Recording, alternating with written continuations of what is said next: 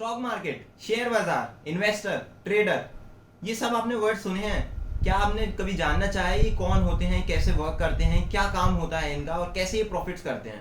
आपने बहुत सुना होगा कि इनकी लाइफस्टाइल और प्रॉफिट्स बहुत ज़्यादा होते हैं, बहुत ज़्यादा, ये लोग बहुत अच्छी लाइफस्टाइल में रह रहे होते हैं। ये ऐसा क्यों होता है? शेयर बाजार में ऐसा क्यों है कि सब लोग पैसा कमा लेते हैं? जो बहुत प्रोफेशनली ट्रेडिंग या फिर बहुत अच्छे से ट्रेडिंग करते हैं तो वो बहुत ज़्यादा अच्छे प्रॉफिट्स कमा लेते हैं। क्या आपने भी कभी सीखने की कोशिश करी है? अगर हाँ, तो आप बिल्कुल सही चैनल पर आए हैं। Here we share knowledge about financial and investment related ideas. यहाँ पर सारे टॉपिक्स आपको बेसिक से लेके एडवांस लेवल तक मिलेंगे।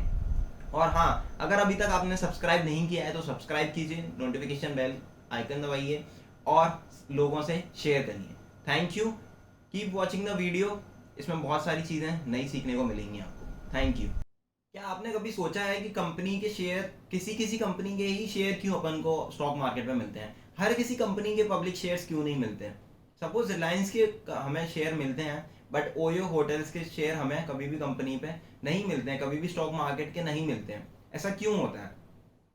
तो आइए इसके बारे में डिस्कस करते हैं।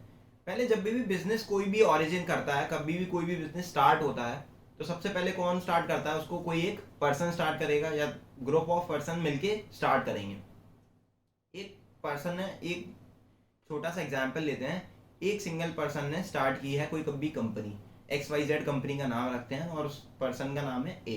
पर्सन ए ने XYZ कंपनी स्टार्ट करी, फिर उसको 10 लाख रुपए उसने लगाए, 10 लाख में उसकी बिजनेस चलने लगी। बट उसको एक्सपेंड करने के लिए उसको और ज़्यादा पैसों की ज़रूरत है, तो वो किसके पास जाएगा? किसी दूसरे बड़े बिजनेसमैन के पास जाएगा जो उसको पैसा दे सके। और उसके बदले में बड़ा बिजनेसमैन फ्री में तो पैसा देगा नहीं, तो बड़ा बिजनेसमैन क्या करेगा? उसकी कंपनी में थोड़ा सा स्टेक ले लेगा। स्टेक का मतलब थोड़ा सा परसेंटेज ऑफ द बिजनेस वो ले लेगा। सपोज अभी 100% है पूरा, एक पर्सन ए के पास है, XYZ कंपनी के सारे उसके पास 100% होल्डिंग्स हैं। बट जैसे ही वो दूसरे बड़े बिजनेसमैन के पास जाता है, वो उसको बोल रहा है कि मैं 10 लाख रुपीज और दे दूंगा तुम्हें, बट मेरे को 10% ऑफ द कंपनी मेरे नाम हो जानी चाहिए। तो इस तरीके से उसको और पैसा मिल जाएगा। इसको बोलते हैं सीड राउंड। फंडिंग राउंड्स में इनको बोला जाता है सीड राउंड। वो एंजल इन्वेस्टर्स बोले जाते हैं, जो बड़ा बिजनेसमैन, जैसे मैंने आपको समझाया। फिर कंपनी और बढ़ेगी तो उसको और पैसे की ज़रूरत होगी। फिर वेंचर कैपिटलिस्ट आते हैं, वो पूरे ही वेंचर को पैसा देते हैं। फिर उसके बाद आते हैं बैंक्स। बैंक्स क्या करता है? डेप्ट पे लोन देता है। बैंक का मतलब ये है कि तुम्हारी बिजनेस चले या ना चले, हमें उससे कोई मतलब नहीं है, हमें इतना इंटरेस्ट के साथ हमें इतना अमाउंट चाहिए। अगर वो नहीं है तो हम जो आपका कोलेटरल रिसीव करेंगे उसको हम रख लेंगे। कोलेटरल तो आपको पता ही होगा। बैंक हमेशा पैसा कोई भी चीज़ के लिए, जैसे लोन देते हैं, कार का लोन देती है, तो कार का लोन जब तक क्लियर नहीं होता तब तक वो कार जो होती है वो बैंक की प्रॉपर्टी मानी जाती है। अगर उसमें इशू करते हैं, अगर लोन नहीं भरते हो, तो बैंक उस कार को अपने पास ले सकती है और उसी कार को वो अपना यूज़ कर सकती है, ऑक्शन कर सकती है, जो चाहे वो कर सकती है।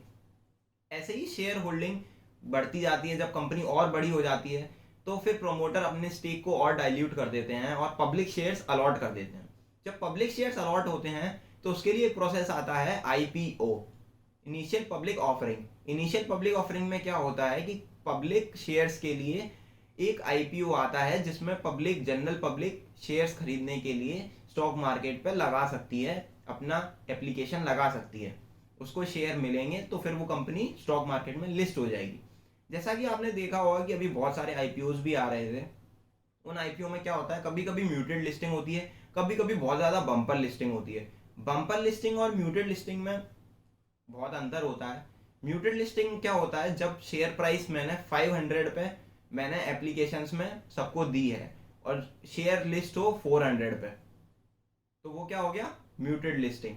और मैंने शेयर 500 पे मैंने प्राइस बैंड लगाया है और शेयर वो राइज होके IPO के पहले दिन ही वो 600 पे आ जाता है जब लिस्ट होते हैं शेयर, तो उसको बोला जाता है बम्पर लिस्टिंग। मतलब शेयर में भारी उछाल है या फिर भारी नीचे आ रहा है, तो ये इसको बोला जाता है बम्पर लिस्टिंग और म्यूटेड लिस्टिंग। इस तरीके से IPO तक कंपनी जाती है। कभी भी कंपनी IPO तक जाती है तो वो बहुत ही प्रॉफिटेबल होती है और बहुत ही उसमें पर्सन, जो प्रमोटर्स होते हैं, उन लोगों ने पैसा बहुत ज़्यादा अपना 100x 1000x कर चुके होते हैं वो ऑलरेडी। इसलिए ही वो जाके पब्लिक शेयर अलॉट करते हैं और फिर और कंपनी के फंडिंग लेने के लिए वो पैसा या सारा यूज़ करते हैं।